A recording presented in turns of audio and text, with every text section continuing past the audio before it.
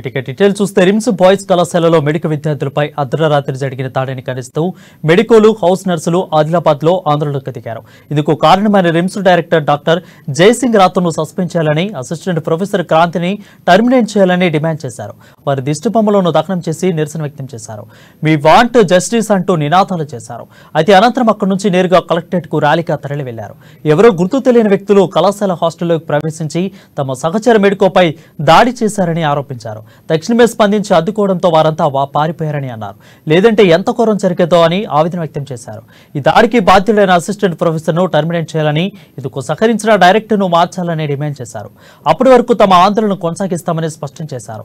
దీంతో రిమ్స్ వద్ద స్వల్ప ఉద్రిక్త పరిస్థితులు నెలకొన్నాయి. అటు తాను తప్పిదం ఏమీ లేదని, విద్యార్థులు రాత్రిపూట బయటకు వెళ్లిన నేపథ్యంలో మందలించడంతోనే ఇలా తనపై లేనిపోని ఆరోపణలు చేస్తున్నారని జయసింగ్ రాథోడ్ వివరణ ఇచ్చారు. అయితే అర్ధరాత్రి జరిగిన దాడిలో తన ప్రమేయం ఏం లేదని, పూర్తి స్థాయి విచారణ జరిపి బాధ్యతలపై చర్యలు తీసుకుంటామని చెప్పారు.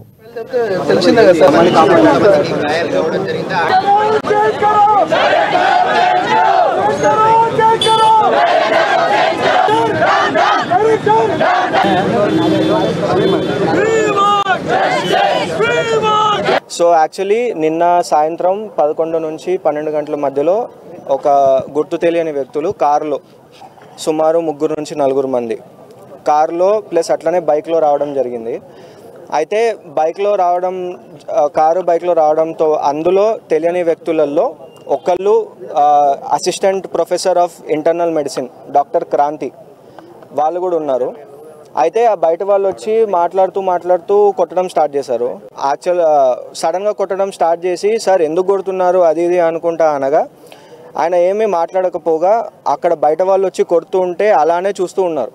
ఇంకోటి సార్ వాళ్ళు ఎవరు సార్ అట్లా కొడుతున్నారు అని అక్కడ స్టూడెంట్స్ వెళ్ళి సార్ని డాక్టర్ క్రాంతి సార్ని అడగగా వీళ్ళందరూ డైరెక్టర్ సార్ ఫ్యాన్స్ అని చెప్పేసి, మా director sir doctor Jaising Rathod sir fans అని చెప్పేసి చెప్పుకుంటూ అక్కడ కొడుతున్నది ఆపకపోగా అక్కడ వాళ్ళకి సపోర్ట్ చేసుకుంటూ నించున్నారు. Terminate doctor Kranti effective immediately. Director sir should take responsibility for what has happened. What we have done, we just went for dinner along with our friends. When we are returning to the campus, some random people came and they hit us like anything. We along with Dr. Kranti, he is in general medicine assistant professor. See, some people came here to study from non-local like Kerala. If something is happened to them, who is responsible to him? అంటే నాకు night 12:30కి నేను నిద్రపోయినా call వచ్చింది సడన్గా. ఏంటి ఆయన ఎత్తితే మా తమ్ముడు ఏడుస్తాడు, అన్న నన్ను కొట్టిల్లు, క్యాంపస్లో గుండాలు వచ్చి కొట్టిల్లు అని చెప్పిండు. మేము వచ్చేసరికి మార్నింగ్ 5:30 అయింది. చూస్తే ఈ పొజిషన్లో ఉన్నాడు మా తమ్ముడు. ఎవరు సమాధానం చెప్తారు, మాకు జస్టిస్ కావాలి. అట్లా అవుట్ సైడ్ వచ్చి పిల్లలతో గొడవ పెడుతుంటే నేను అవుట్ సైడ్ రావద్దు కదా, ఈ టైంలో రావాల్సిన అవసరం లేదు. ఒకళ్ళు వస్తే వాళ్ళు ఎవరు ఖచ్చితంగా పనిష్మెంట్ ఉంటుంది, చట్టం తన పని చేసుకుంటుంది. నేను కూడా ఇప్పుడు 10 మెన్ కమిటీకి డిపార్ట్మెంట్ కమిటీ పెడుతున్నా.